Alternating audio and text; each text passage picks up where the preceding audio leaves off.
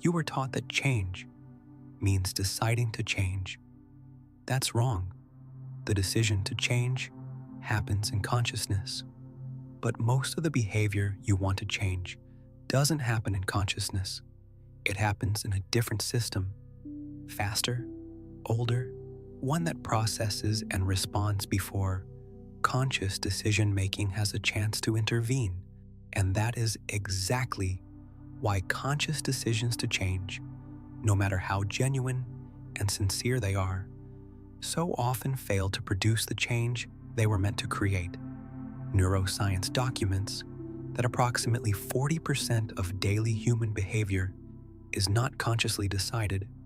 It is carried out by automatic patterns, processed by the basal ganglia, a brain structure that operates independently of the prefrontal cortex responsible for conscious decision-making. These automatic patterns, habits, reactions, habitual ways of responding to specific situations were installed through repetition over years, and they operate at a speed that conscious deliberation cannot match. This means that most of your life is not being lived through conscious choice. It is being executed by installed patterns, the autopilot. You have gone through cycles of trying to change, genuine decisions, sincere commitments, moments of clarity about what needed to be different that did not last, not because the decision wasn't real, because the decision happened in one system, deliberative consciousness, while the behavior that needed to change happened in another, the automaticity of the basal ganglia. And the two systems do not automatically communicate just because one decided something the other has not yet processed. Real transformation does not begin with more conscious decision-making power.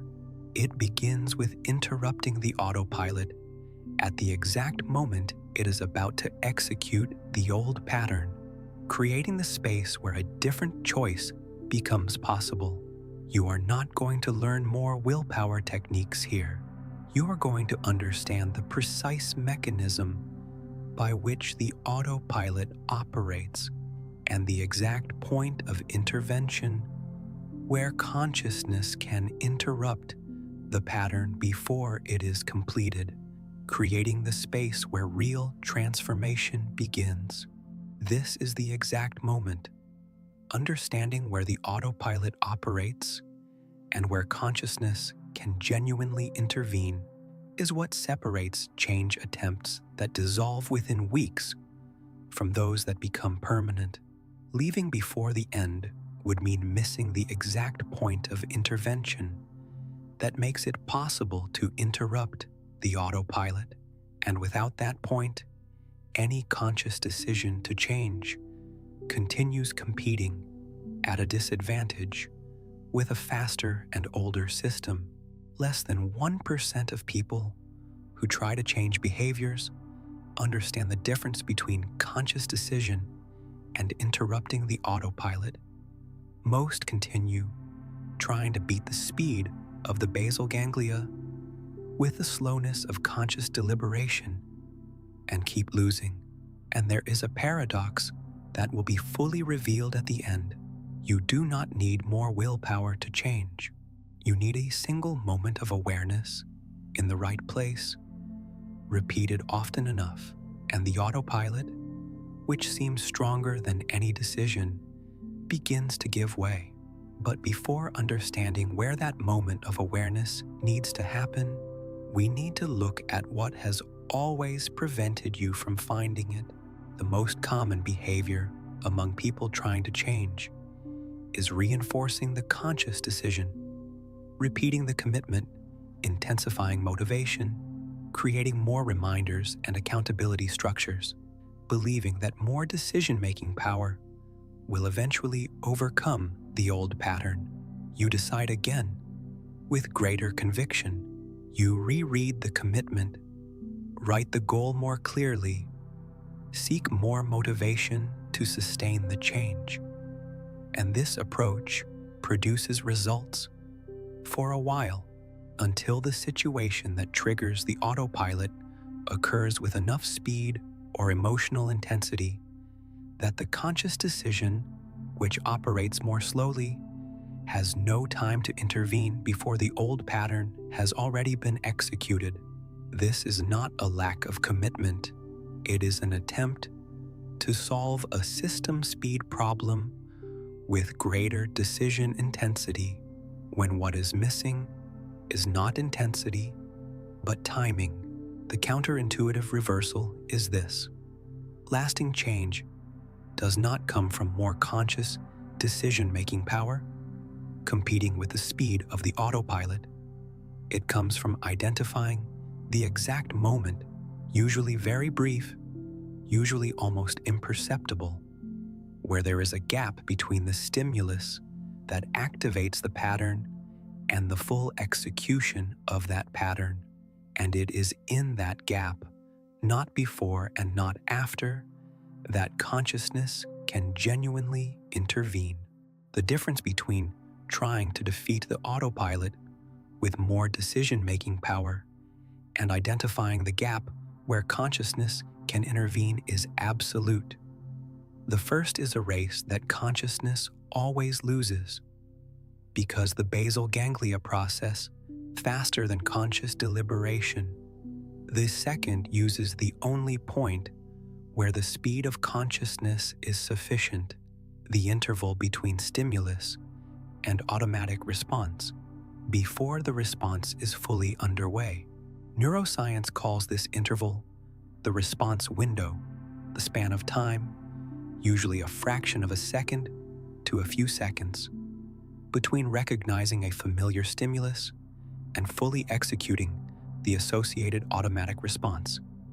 It is in this window, and only in this window, that conscious interruption is possible. Think of a river following its channel by gravity without decision. You cannot ask the river to stop flowing through its channel by making the request more intensely. But there is a point where the channel is still forming, where the water has not yet gained full speed, where a small intervention can redirect its course with an ease that becomes impossible once the channel is fully carved and the water is flowing at full force. But here is where most people stop listening, and it is exactly what changes everything. The autopilot operates through a neurological mechanism documented as the habit loop, a cycle of 3 components that the basal ganglia process independently of the prefrontal cortex at a speed that conscious deliberation cannot keep up with once the cycle is already underway. The first component is the cue, the stimulus, internal or external, that signals to the brain that a specific pattern should be executed. It can be a situation, an emotion, a time of day, or a specific person.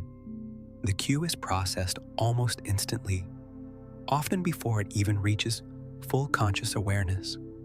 The second component is the routine, the automatic behavior that follows the cue, the pattern that has been installed through repetition and that the basal ganglia execute without the need for conscious deliberation.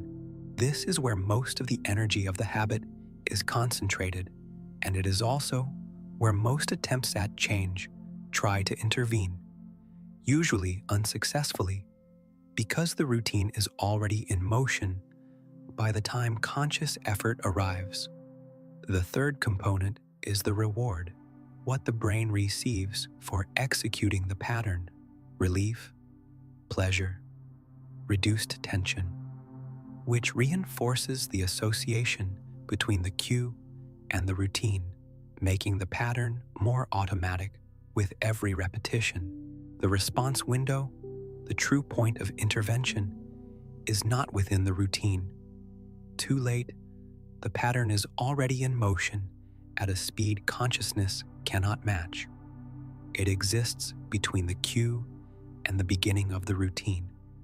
the brief moment when the system has recognized the stimulus, but has not yet fully committed to the automatic response. Neural coherence between the conscious deliberation system and the automaticity system does not happen naturally. It must be built through the repeated practice of recognizing the cue at the moment it occurs. Before the routine has time to take complete control, think of a surfer who does not try to stop the wave. He uses the exact moment before the wave fully forms to position himself differently in relation to it. The wave, the autopilot, cannot be stopped by force, but it can be served differently if the intervention happens at the right moment before the wave is fully formed. Pause. Take a deep breath now. Inhale fully, exhale slowly, and in this state of stillness, notice a specific behavioral pattern you would like to change. Not the pattern in general, but the exact moment that precedes its execution. What happens in the seconds before the pattern begins? That question, more than any act of willpower, will reveal where the response window exists for that specific pattern. The practical consequence is straightforward. Real change begins not with trying to interrupt the routine once it is already underway, but with deliberately recognizing the cue at the exact moment it occurs, creating the space in which a response different from the automatic one becomes possible. But there is an obstacle that prevents most people from recognizing the cue in time, and it is built into the very nature of automaticity itself. And when you truly understand this, you realize there is an obstacle no one talks about. What blocks you is not what you think it is. The obstacle is not the difficulty of identifying the cues behind the patterns you want to change. It is that the most powerful cues, the ones that activate the deepest rooted patterns, are, by definition, the ones that produce the least awareness at the moment they occur. Because they have been repeated so many times, that processing speed has increased in direct proportion to the decrease in conscious presence. This is the most frustrating structural paradox of behavioral change.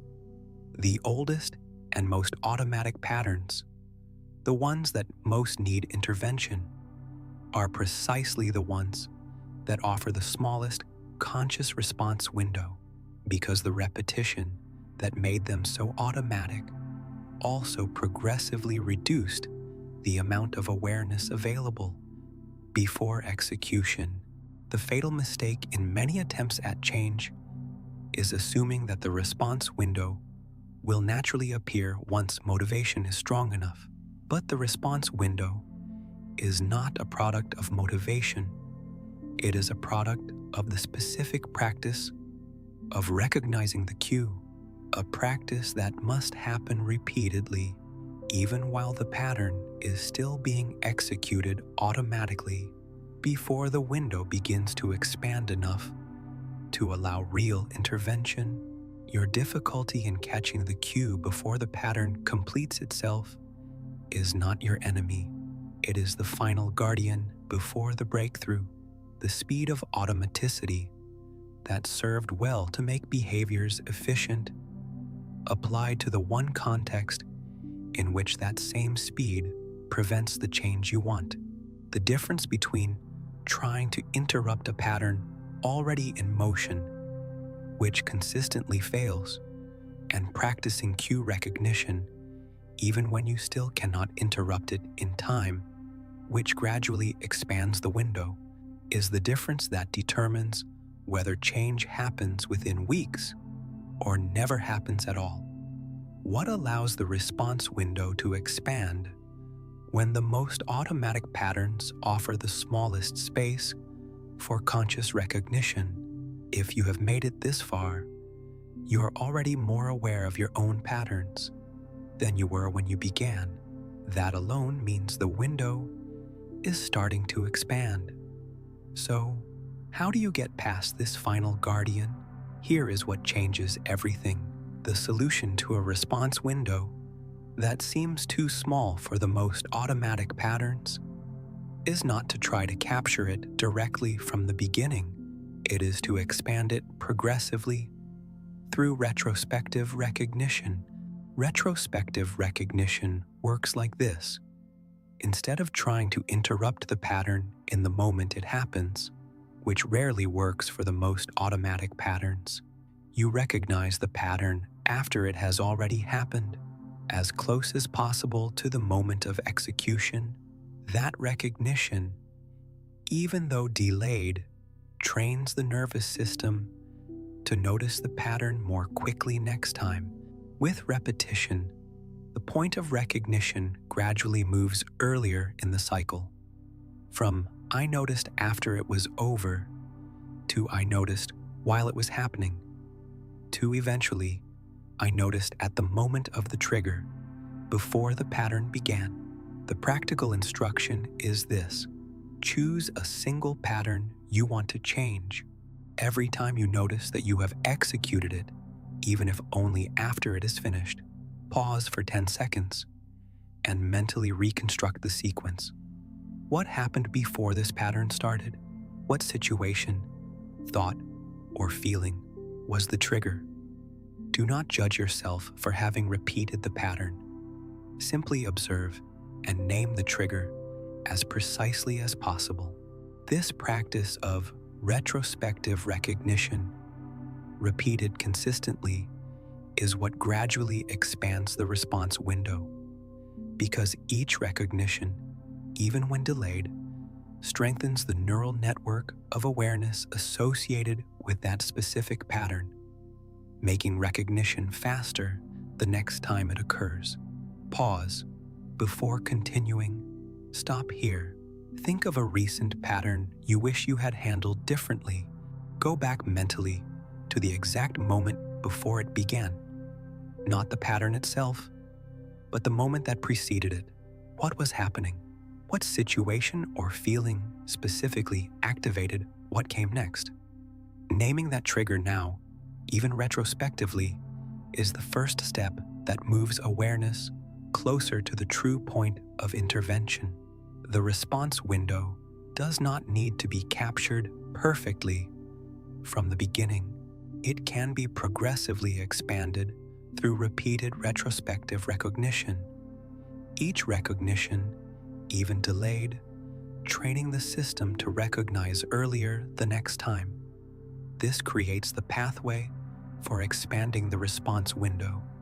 But there is a deeper layer that determines whether the expanded window will become wide enough to allow consistent intervention or remain narrow enough that real change happens only occasionally. That layer is where interrupting the autopilot meets the common thread running through traditions and researchers who mapped what happens when awareness expands into the space between stimulus and response. Comment now. I recognize the trigger, not as a declaration that you already fully interrupt the old pattern, but as a commitment to the practice of retrospective recognition that will gradually expand the response window from this point forward. And that deeper layer, it is where everything you have learned either becomes permanent or disappears within days. You are not discovering that real transformation happens in the space between stimulus and response, rather than in the intensity of conscious decision-making. You are arriving, through your own experience of failed change attempts, despite genuine commitment, at the same recognition reached before you by researchers and traditions that most rigorously explored the mechanisms of behavioral automaticity. Psychiatrist and neuroscientist Viktor Frankl, survivor of Nazi concentration camps and author of Man's Search for Meaning, formulated what became one of the most influential statements about human freedom. Between stimulus and response, there is a space. In that space is our power to choose our response.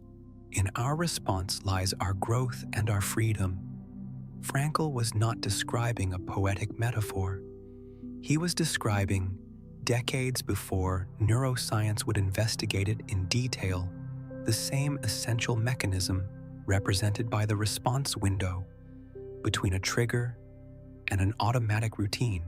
Journalist and author Charles Duhigg, whose work synthesizing habit research popularized the habit loop model, cue, routine, reward, documented that directly trying to eliminate a habit rarely works, whereas identifying the cue and changing the routine while preserving the reward is far more effective. Duhigg is explicit that the work begins with accurately identifying the trigger, not with applying more willpower to a routine already in motion.